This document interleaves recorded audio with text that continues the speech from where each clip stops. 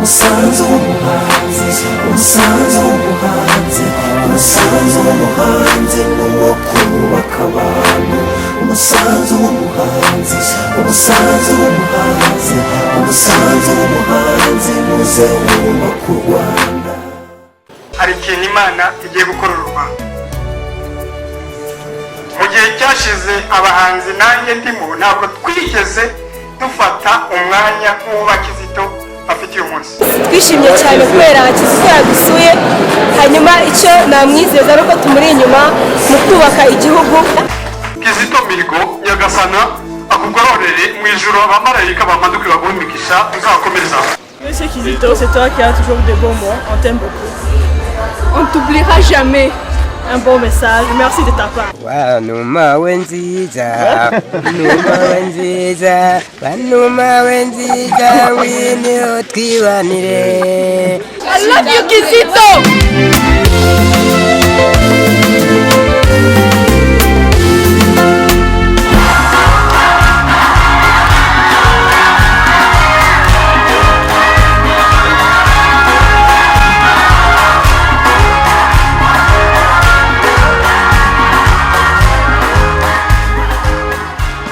Muraho, my name is Timothy. I like to watch Umusaza Umuhanzi on Rwanda TV every Tuesday at 10 p.m. Icyo tugusabye Mana nyir'ububasha n'ubushobozi nuko twazongera tukabonana n'abacu ubwami bw'ijuru. Muraho, nitwa Patrick Nyamitari, umuhanzi nyarwanda, nkunda ikiganiro umusanzu w'umuhanzi kuri televiziyo Rwanda.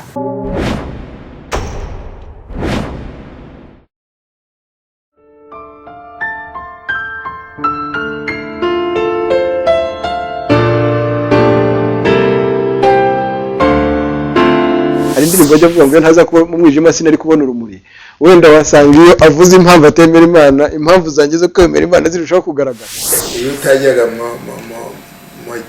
muri kiliziya gatolika ntiwigaga, amashuri yose yari aho ngaho yari abagatolika.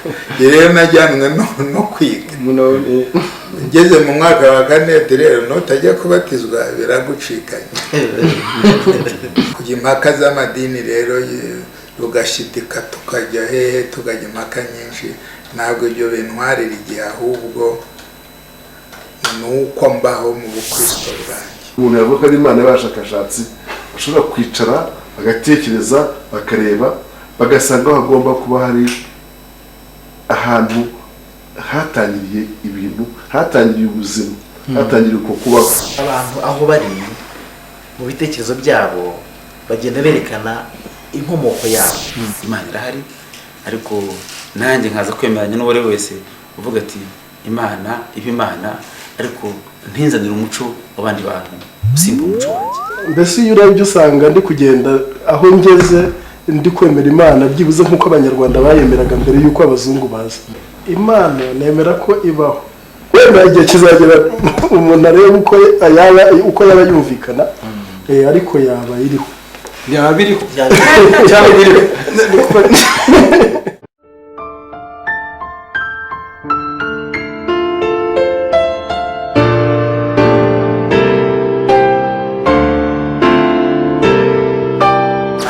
Acecetse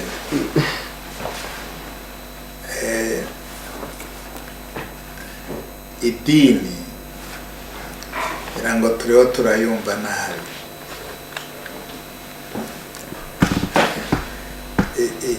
Idini si abaporoso, si gatolika n'ibindi, ni imyemerere.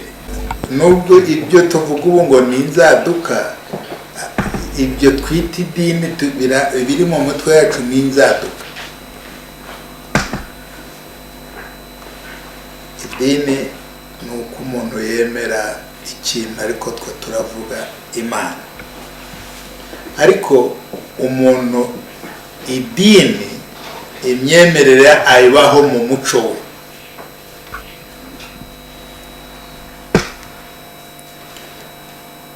Ruganzu yagiye guhorera se, agiye Bunyabungo. Guhora rero byariho, ahubwo urugomo n'ubugome bikwiye gutandukana no guhora.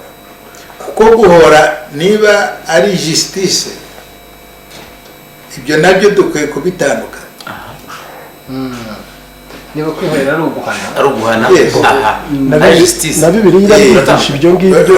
Urumva rero turiho turabangabanga ibintu bitewe n'uko umuntu yazanye ikintu tukajya gusubiza icyo yazanye kuruta yuko noneho turora ubuzima muri rusange.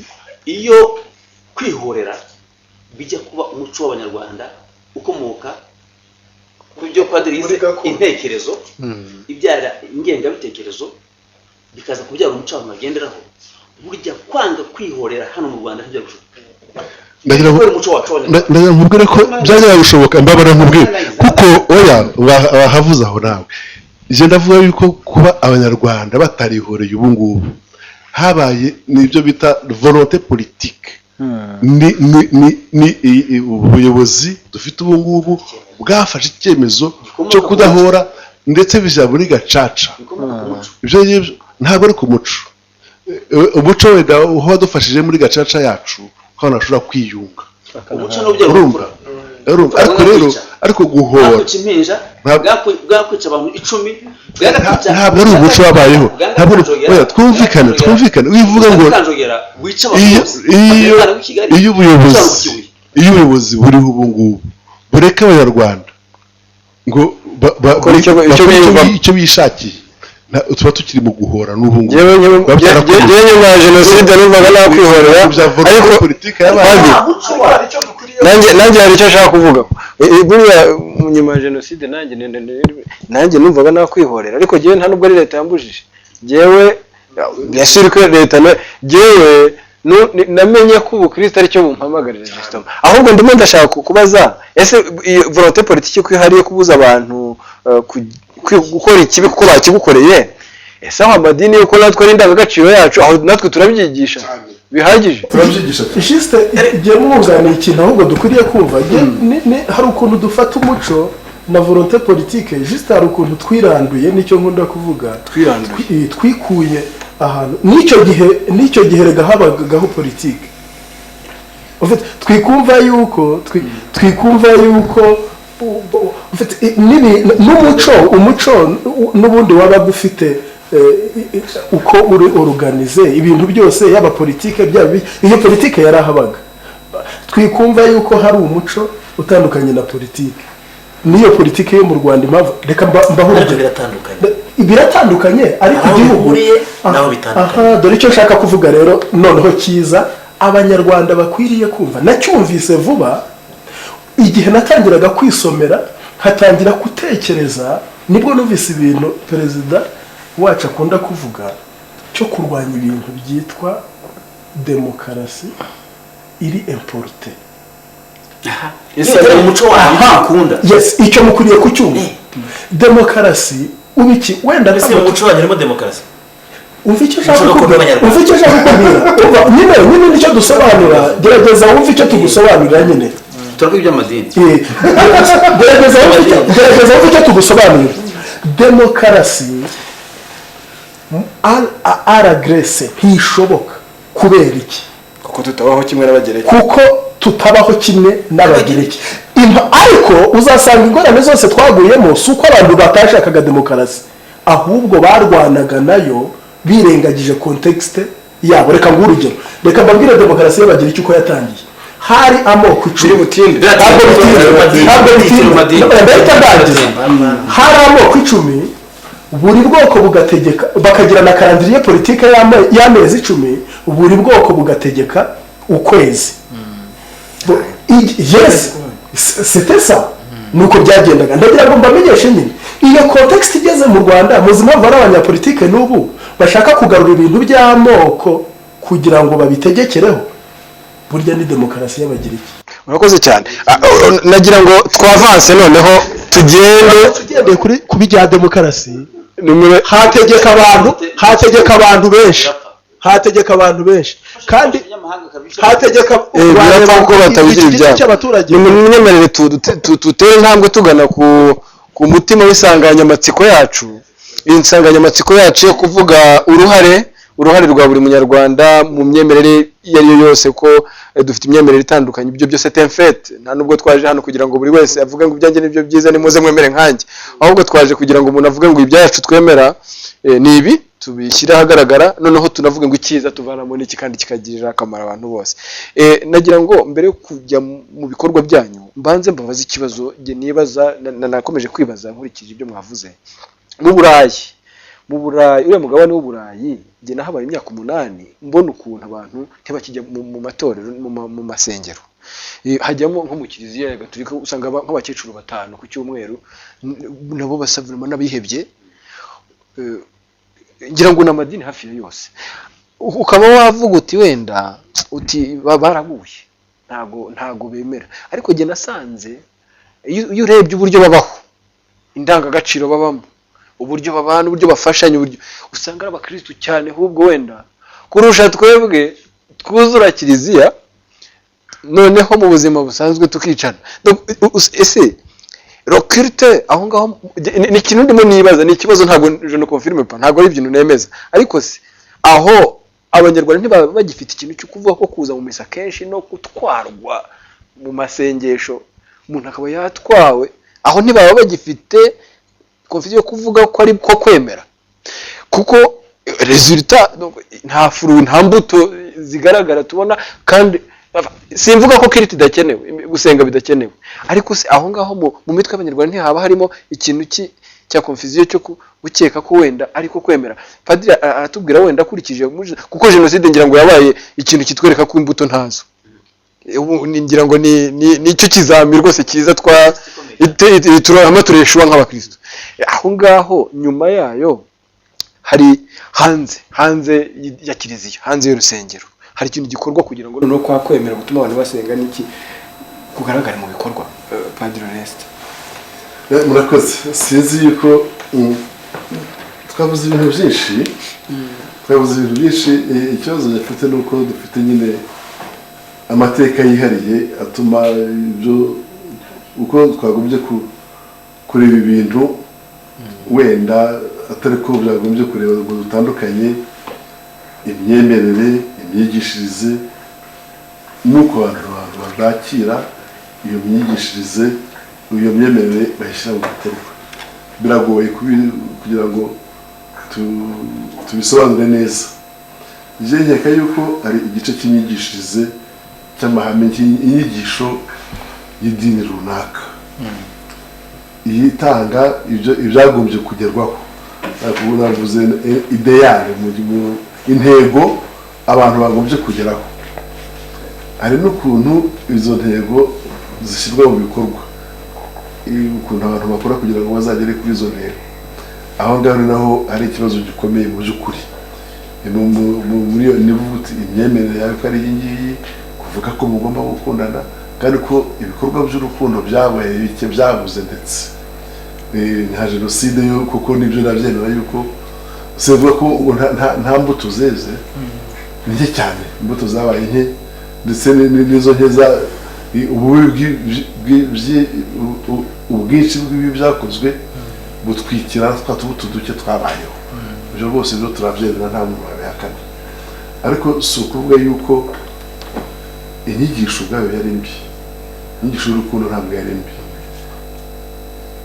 Hari impamvu nyinshi zatumye wenda abantu bagwa kugeza aho ngaho. Uburyo none bitangwa approach cyangwa ubu ngubu se bwo bigenda nibyo tuvuge nko mu Burayi tuvuga ko baguye.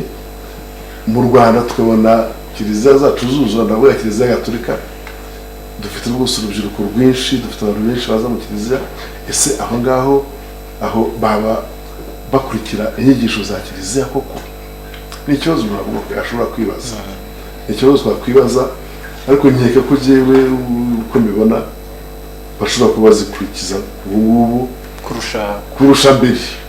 Nkeka ko ubu dushobora kuba twibaza, buri muntu wese azi icyo agomba gukora noneho n'izi mpaka tujya zituma abantu batekereza bakibaza bati ariko mpagaze heje ndindi nkurikiye icyaha naha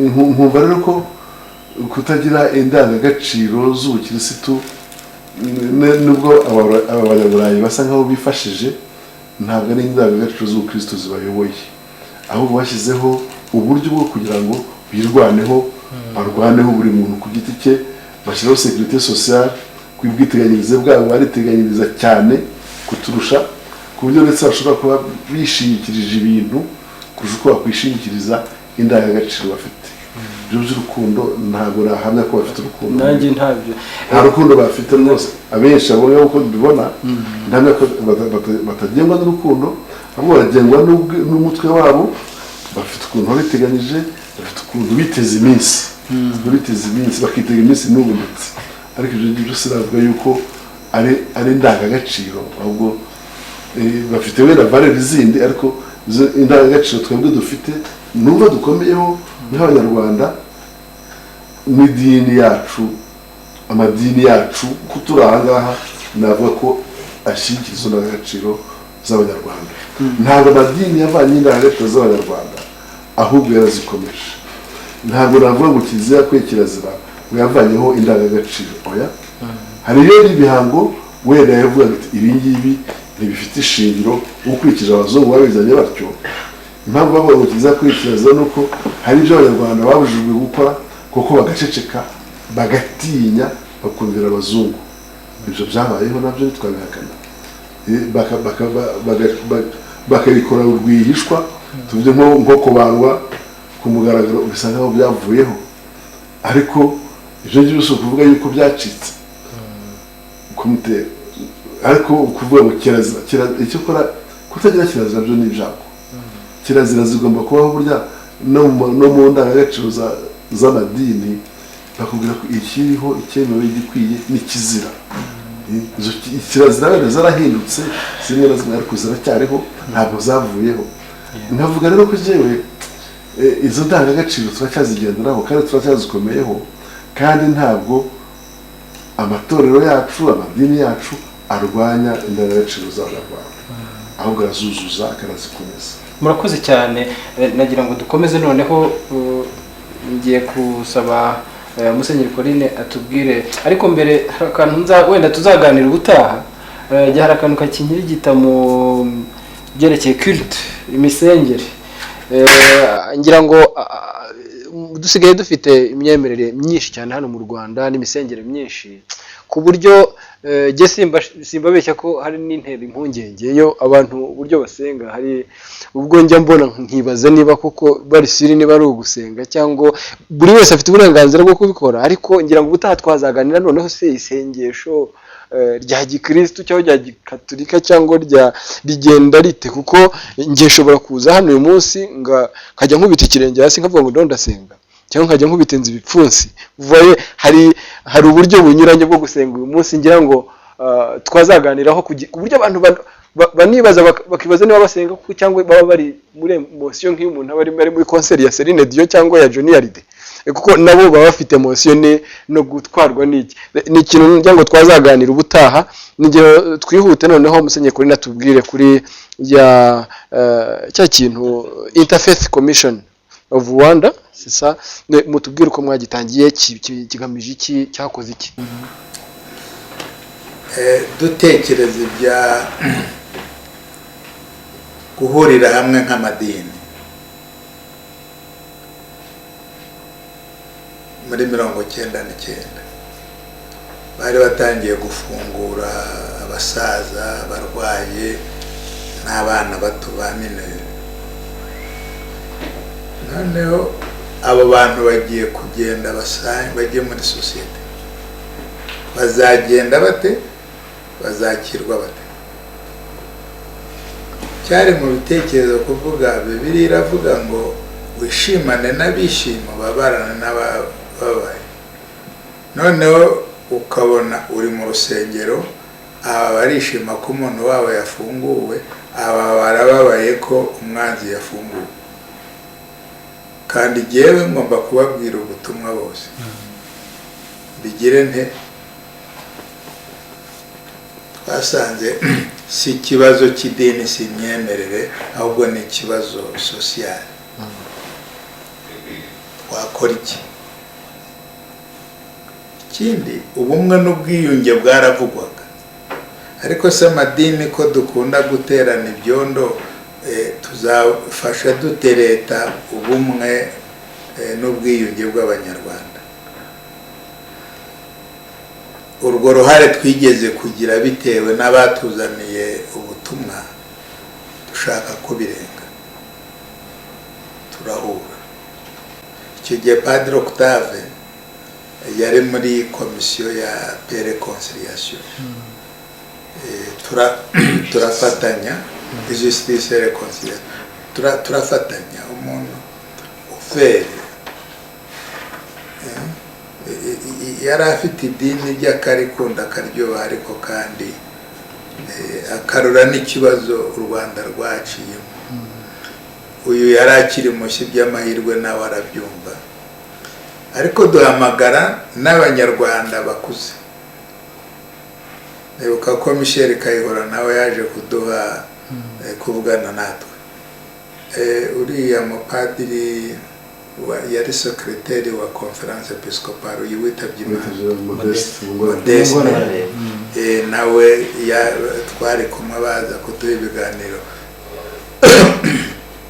tubaza Kayihura uko abanyarwanda babanaga arabidusobanurira dufata icyemezo cyo kuvuga ngo reka dukorere hamwe nk'abanyamadini dutanga ubuhamya ko natwe turiho twiyumva ko mufti iyo umukobwa we yarongowe arampamagara nk'umunyarwamagana kandi nkajyayo nkarora idini yanjye turi abanyarwanda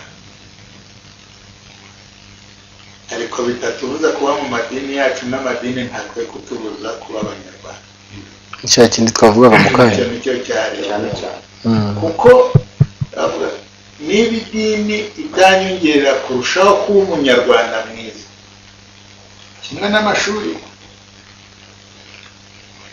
n'amashuri menshi y'ubwenge bw'uburayi niba atamfasha kurushaho kuba umuntu mwiza biba bifite ikibazo icyangombwa kiba kibura ni uko umunyarwanda noneho turiho tugira umwana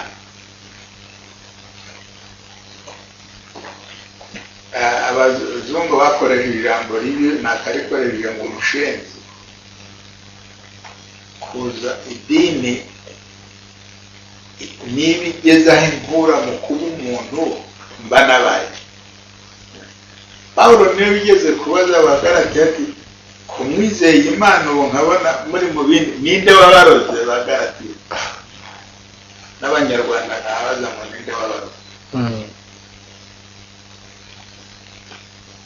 idini inkura mu kuba umuntu cyangwa hari ikibazo kimwe reka rero ikibazo tugishakira ahandi tutagishakiye ku idini ariko twashakaga igisubizo cy'imibanire y'abanyarwanda badatandukanijwe n'amadini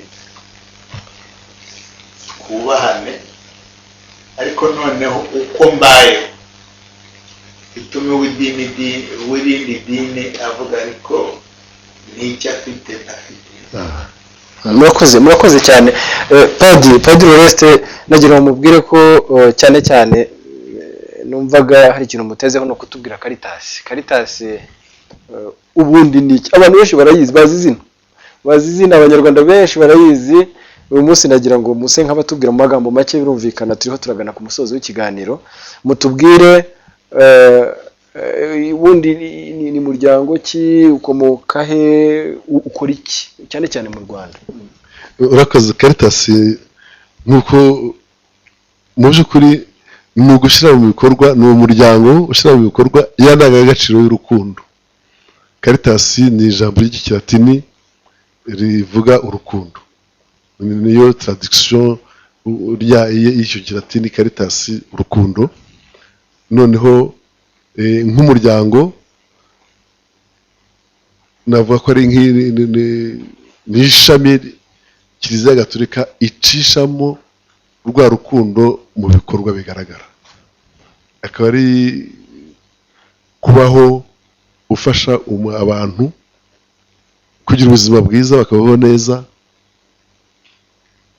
mbese bakava mu bukene, bakava mu byo bakeneye, tukita ku bantu baciye bugufi ku bakene kugira ngo babeho neza. Nicyo cya mbere umuntu yavuga, ni ugushyira urukundo mu bikorwa. Mu Rwanda uwo muryango watangiye muri 59, abantu batangiye guhunga bava mu byabo, noneho bitangira babyita Secours Catholique Rwandais, bitangira ubuje kuri ndavuga ko atangiriye i Nyamata niho byatangiriye, bakira impunzi zari ziturutse mu majyaruguru cyane cyane, niho hariya kuri paroisse aho babajanaga, noneho Kiliziya itangira gufasha abo bantu bamerewe nabi, gutabara bamerewe nabi. Nuko Caritas yatangiye mu by'ukuri mu Rwanda, ariko ubu yari yatangiye mu kinyejana cya 19 mu kihe gihugu? Mu gihe butangirira mu Budage, hari muri Freiburg mu Budage niho umuryango watangiriye. Batangira bafasha abantu bari bagiye bajya gukora muri za usine. Avec la révolution industrielle niho byatangiye, abantu bavuye mu byabo bagiye bajya gushaka akazi hirya no hino, akamererwa nabi, noneho Kiliziya itangira kubitaho. Nabara iki bawutangiye, nta nubwo ari abakuru ba Kiliziya, ntabwo ari abapadiri babitangiye, abakirisitu basanzwe batangiye uwo muryango. Noneho uza gukura, uza kwemerwa na Roma, noneho ukwira mu bihugu byose. Nta rero gutangira nk'umuryango byatangiye muri 59, wemerwa ku mugaragaro na Kiliziya mu kwezi kwa 4 kwa 60. Icyo gihe bwo Musenyeri Bigira Umwami na Musenyeri Perodin bo barabepiskopi bonyine, icyo gihe nibo bawushizeho barawemeza, bawutangira noneho ku mugaragaro. Nibwo navuga ko abonye ubuzima gatozi bwa Kiliziya, ariko ku buzima gatozi bwa leta babuhawe muri 62. Tumaze imyaka 51 Caritas iriho, ikaba rero ikora nyine itavangura abantu, yatangiye itabara bari mu kaga bose, itavangura amoko, itavangura amadini, n'ubu kandi n'igikomeza itabara umuntu uri mu kaga uwo ari we wese. Hagati ariko twasaba byo gufasha, ubwo ndagira ngo ngire vuba, byo gufasha bidahagije guha umuntu gusa umuha ibimuramutsa, ahubwo biza no kumufasha kwifasha ubwe. Tuja mu cyiciro cya development, iby'iterambere byatangiye cyane cyane muri 2022, ariko byaturukaga muri 2037 muri encyclique ya Populorum Progressio.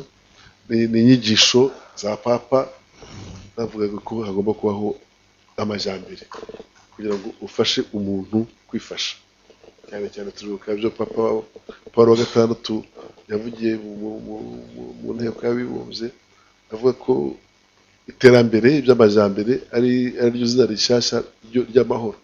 Udashobora kugera ku mahoro y'ukuri umerewe nabi, ushonje, udafite iterambere rishyitse.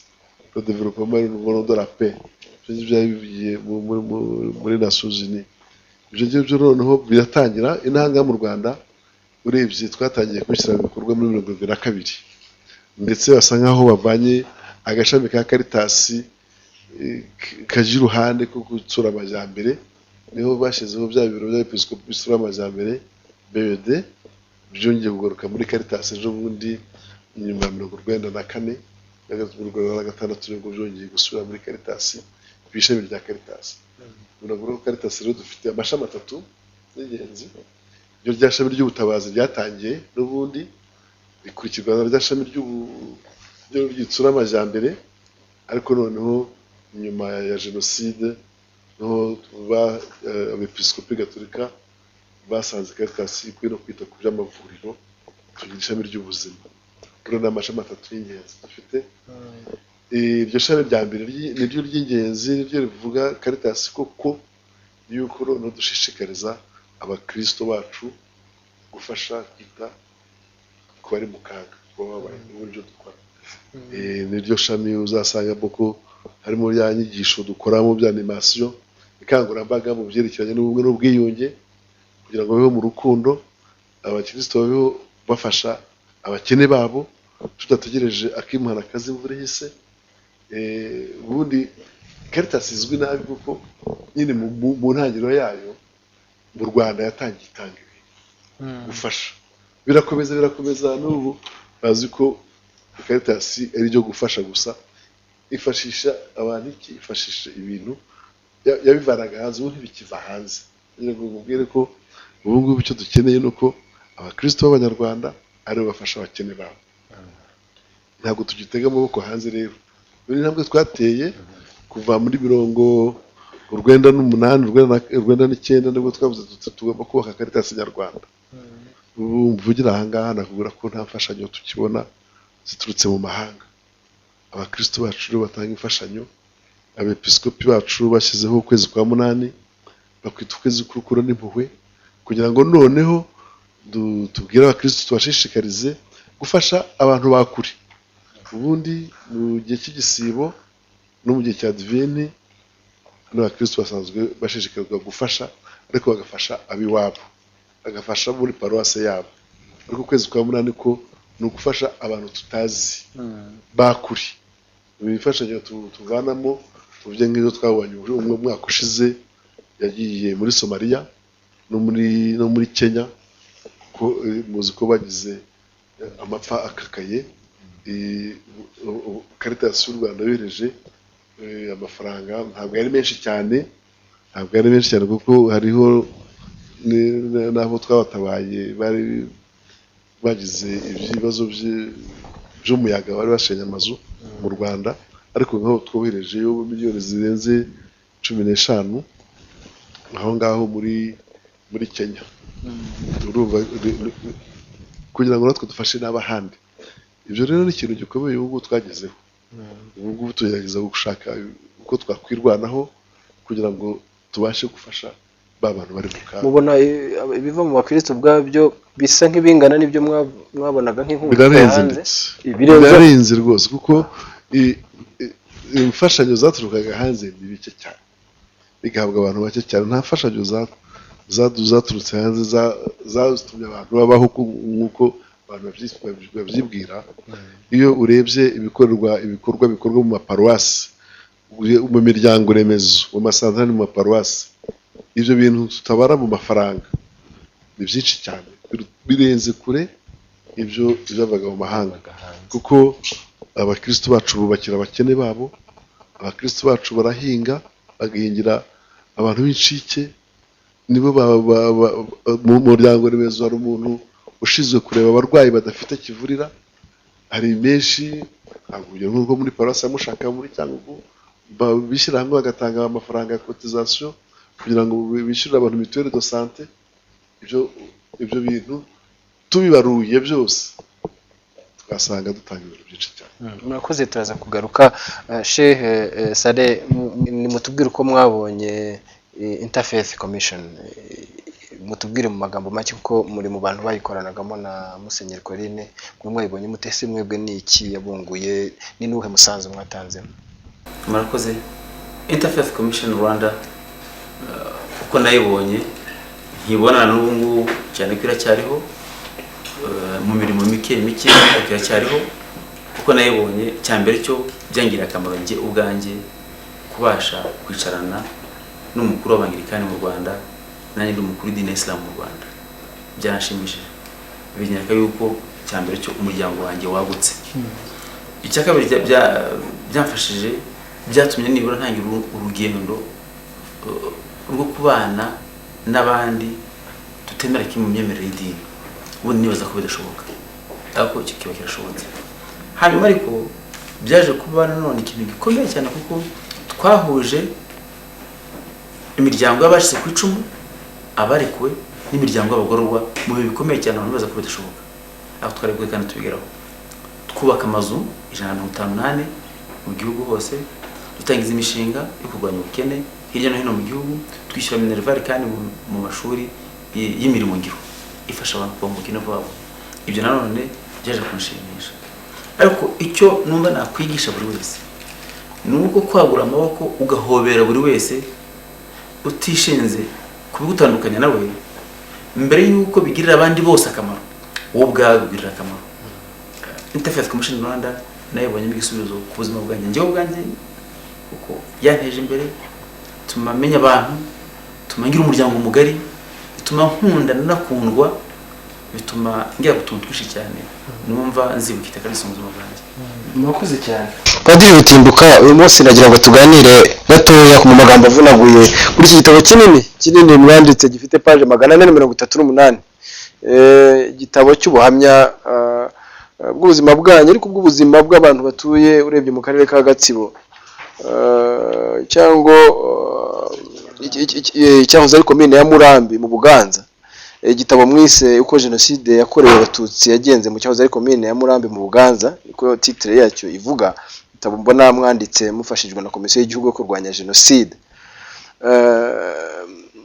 ntabwo turi bukivugeho cyose kuko ni igitabo kinini kigari kirimo imitwe myinshi ikintu ndimo ushaka kubabaza ntabwo tumenyereye abantu bakuru mu madini cyane cyane abapadiri abihaye Imana benshi bandika livre de témoignage kuri jenoside iki gitekerezo cyabaje mu giti urakoze iki gitekerezo cyaje kuko nari ikiziguro naho mvuka noneho nyuma ya jenoside mbere ya jenoside imiryango myinshi y'abatutsi yagendaga iterwa nabaga mbireba bikozwe n'umumesero witwaga Gatete Jean Baptiste n'abamufashaga muri politiki ya komine icyo gihe noneho nibwo natangiye kugira ibibazo ngiye ubwanjye cyane cyane ko nari mpari mbireba ndi umusore niga mu Nyakibanda icyo gihe ndivaga dukirana imipira nabo bagendaga batera mu ngo aho naho nagize ikibazo cya mbere noneho tugira n'ibyago noneho haba jenoside noneho imiryango hafi ya yose yego si bose ariko ni hafi ya yose muri komine ya Murambi mu cyahoze komine ya Murambi uri mu karere ka Gatsibo bashyiraho gahunda yo kubica bakabamara ariko byaje abatabizi bazi ko ngo byazanywe no ko indege ya Habyarimana yari yaguye ntabwo ari byo muri komine ya Murambi n'ahandi henshi tubona mu Bugesera cyangwa ahandi kwica abatutsi byatangiye mbere ahari iki gitabo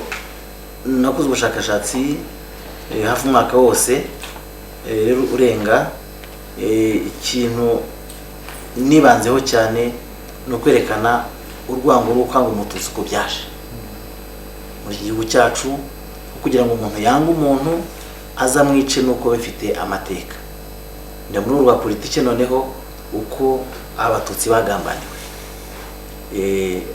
navuze uko icyahoze ari komine ya Murambi uko cyavutse nerekana ko mu Buganza abantu babanaga igihe cy'ingoma ya cyami naherekera mu 1895 ku ngoma ya Rwabugiri nerekana ingoma ya Musinga uko babanaga nerekana ingoma ya Rudahiga uko babanaga kugeza kuri za repubulika ndetse na repubulika nerekana uko noneho za repubulika biri kuri ya MDR Parmehutu na ngoma ya Habyarimana ukuntu urwango mu rwego rwa politiki rwabibwiye mu baturage bantu babanaga noneho umuturage akaza akica mugenzi we akarya inka ze agasenya inzu akarimbura hari ahantu mugera hari umutwe wa gatatu uvuga ngo etape yitwa ngo kwisuzugura ubujiji ubukene n'inzara ni musobanurire uku kuntu ibi bintu ubujiji ubukene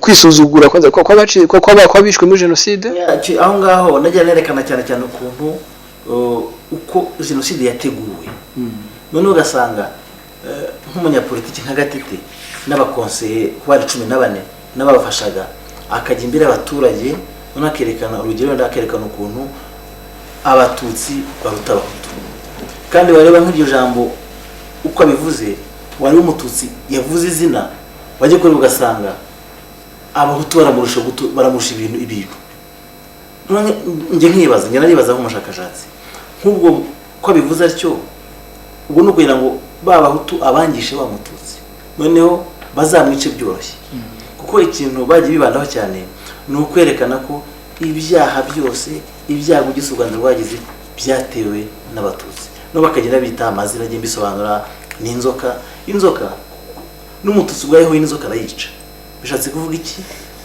byaro kugira ngo bice umututsi vuba ku buryo bushoboka kandi byagiye bigaragara impamvu nanditse igitabo byaro kugira ngo ko byabaye bagira ngo bye kwibagirana ariko natwe muri rw'amadini tujye tubireba twibuke ko wa muntu dusomera misa wa muntu uhabwa amasakaramentu harimo noneho n'uwigishije ingengabitekerezo by'urupfu harimo noneho n'uwishe wa muntu kugira ngo niba ngewe ngomba gutanga amasakaramentu ngendere kuri icyo kintu cy'uko hari bibi byabaye wa muntu umwigisha noneho ava ibuzima ajya ubuzima tugere ku mwana ubwiwe icyo nicyo nibanzeho cyane ariko cyane nerekana uko byagenze cyane hariho abantu bita abanegationiste ugasanga arabihakana ko nta cyabaye kandi imiryango yarashize bice abantu mu kiliziya Kiziguro bahora mu cyumba cyacu mujye mwumva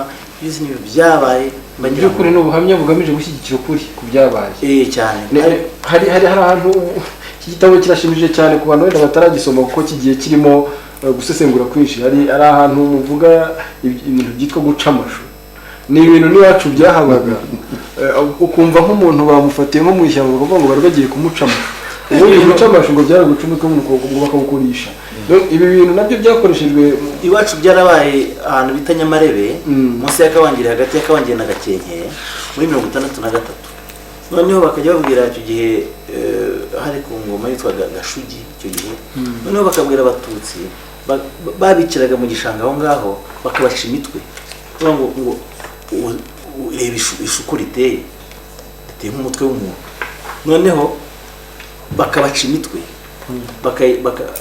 aho ngaho muri icyo gishanga niho babiciraga iryo jambo ryo guca amashu ryaravuzwe cyane muri iyo myaka ariko n'ejo bundi noneho muri cya jenoside kuva barabivuga ubona yerekana ayo mateka yose y'ubwicanyi guhotora kuko ko byagiye byigishwa imyaka myinshi nagenerekana uwapfuye itariki yavutseho itariki yapfuyeho herekana uko yishwe icyo bamwicishije bagira ngo babandi bahakana ko nta jenoside yabaye agiye bona ko biri mu gitabo hanyuma ko harimo ibintu ubona bisaba ubushakashatsi bwimbitse harimo nk'amabaruwa abayobozi bandikiranaga hagati yabo nk'ibaruwa yandikiye perezida yandikiye Gatete yandikiye perezida wa Repubulika amaraporo ubushakashatsi ntibwo ubwabo tubatwaye byantwaye igihe kinini byantwaye umwanya byantwaye n'amafaranga ariko nkabashimira Synergie yagerageje kubimfashamo ari nk'izo baruwa zerekana ko jenoside itakorwa n'umuntu umwe kuko jenoside ni ikintu gikorwa na leta ubwo nerekanaga ko Gatete yandikiye Habyarimana abakonsiye bose barasinya berekana ko ibi byose muri Murambi biterwa n'abatutsi ni igitabo rero uko jenoside yakorewe abatutsi yagenze mu cyahoze ari komine ya Murambi mu Buganza cya Padiri Tindukarura abantu bashobora gusanga he muri Synergie kiriyo muri Synergie mu librairie ya Caritas n'ahandi ntabwo kirageramo umuntu abaza Synergie d'accord hanyuma tugiye gusoza ikiganiro cyacu ariko kugira ngo tutakunigana ijambo igira ikintu uvuga nyuma y'iki kiganiro tubwire niba nubwo twari wanze twakujyanye Yerusalemu cyane ni Roma ariko nawe niba ufite ubutumwa watanga ku ruhare rwa buri munyarwanda mu myemere nunatubwire noneho n'umuco gakondo w'abanyarwanda icyo hafasha abantu muri ubuzima turimo nyuma ya jenoside nk'abanyarwanda. Urakoze cyane ngira ngo ubutumwa mbona abanyarwanda bakwiriye guhabwa cyane ni ubutumwa bwo gushishikarira ibintu bibateza imbere kuruta ibindi bintu. Higeze kuvugwa ko abanyaburayi bashobora kuba bagaragara nk'abantu badakundana ariko ku rundi ruhande bagaragara nk'abantu batayoboka amadini ariko kandi ku rundi ruhande ugasanga intambara iwabo zaragabanutse n'iterambere iwabo ririyongera. Nta kindi abanyarwanda nayo baramuka baramutse buriya n'urwego rw'imyumvire bagezeho rwo kubahana bahereye ku cyo bakeneranyeho. Ubundi birashekeje cyane kuba umuntu yaba ari umucuruzi akica umuntu. Ubundi twagombye kugera ku rwego rwo kumva yuko niba ndi umucuruzi umuntu uwo ari we wese ashobora kuba umukiriya wanjye nubwo akangurira nubwo iyo ni inyungu ufite kuri uwo muntu. Niba ari umuhinzi akamenya ko undi muhinzi nawe ashobora kumukenera. Ku buryo icyo nshaka kuvuga iyo abantu bashyize mu mitwe yabo ikintu cyitwa iterambere kurusha ikindi kintu cyose buri wese agaraharanira icyamuteza imbere, ibyo bintu bishobora kugera ubwo abantu basigara bubahanye bakubahana bakubahana kubera uko gukenerana. Uko gukenerana rero nibwira ko abanyarwanda dukeneranye, haba mu bitekerezo kugira ngo buri wese yiteze imbere, haba no mu bikorwa n'ubundi noneho bifatika mu gufatanya. Ibyo rero nibwira yuko abanyarwanda dukwiriye kubiteza imbere cyane. ngira ngo buriya nicyo i Burayi cyane cyane gitumye buri wese aba ari mu bintu bimuteza imbere, yahura n'undi bakavugana ibi uwo ari we wese kimuteza imbere, nta kuganirana ibintu bidafite gahunda. Icyo nicyo nkunda kubwira urubyiruko bagenzi banjye wenda bajya basura iyo turi kuganira, tuba tuganira business, ni gute umuntu yakwikura mu bukene. Abantu bageze ku rwego rwo hejuru mu myumvire nicyo baganira. Ibyo bintu bituma izindi nzira z'amacakubiri zibura umwanya. Ubwo rero n'ubutumwa nibwira ko ari bwiza. Umuco nyarwanda rero nicyo nkomeza kuvuga, udufasha cyane kwigarukaho, tukigarukaho tugatekereza, tugahana agaciro, nkamenya yuko ikintu cyitwa ubumwe bukora imbaraga. Abanyarwanda ni abantu bakeneranaga bagaha agaciro umuryango, bakagira uburyo baha agaciro igihugu cyabo. Uwo muco ugatuma bibona, abanyarwanda bumvaga ari bo bantu beza ndetse bakumva n'abandi bose b'abanyarwanda. Ni nayo mpamvu wasangaga umuntu yakora ikintu cyo bakavuga tuyu si umuntu w'i Rwanda, mbese umuntu w'i Rwanda ni l'homme idéal. Icyo kintu rero abanyarwanda bagiraga usanga twaragitaye, ahubwo twifuza kuba abandi bantu, twifuza kuba abayisiraheli ndetse tukavuga tuti turabisiraheli mu by'umwuka. Turi abanyarwanda. Icyo nshaka kuvuga ni uko icyo kintu umuco no kugarukaho utuma twivumbura, so découvrir, tukavumbura abo turi bo, twarangiza tukabona tukihesha agaciro, tukahesha agaciro igihugu cyacu, bityo tukumva yuko twatera imbere. Mwakoze cyane, ndabashimiye kuba mwitabiriye ubutumire bwacu. Mbijeje ko natwe fondasiyo wenda yanjye fondasiyo KMP aho muzayikenera tubishoboye tuzabatabara cyangwa tuzaza tutanga ibitekerezo n'umusanzu wacu. Nshimira n'abakurikiye iki kiganiro rero kuri televiziyo, ikiganiro umusanzu w'umuhanzi. Mbibutse ko mugitegurirwa na fondasiyo KMP kikabageraho kubera ikigo cy'igihugu cy'itangazamakuru Orinfor, tubifashijwemo n'abantu benshi barimo Minisiteri y'Umuco na Siporo, barimo Positive Production, barimo Alpha Entertainment ndetse na Iron Boutique. Kubera ko dushoreje ku gaciro k'ikiremwa muntu, nimureke ndangize mbabwira interuro y'umuhanzi ndetse n'umucuranzi w'umufaransa Thierry Paresco ivuga ngo Imana niwe muhanzi mukuru, umuntu akaba igihangano gikuru cyayo. Muramuke naho utaha. N'amadini yo mu Rwanda icyo akeneye si ugusengana, sino kwicara ngo asengere mu rusengero rumwe. Amadini yo mu Rwanda icyo akeneye ni ukuganira, agashaka ikiyahuje, agatanga umusanzu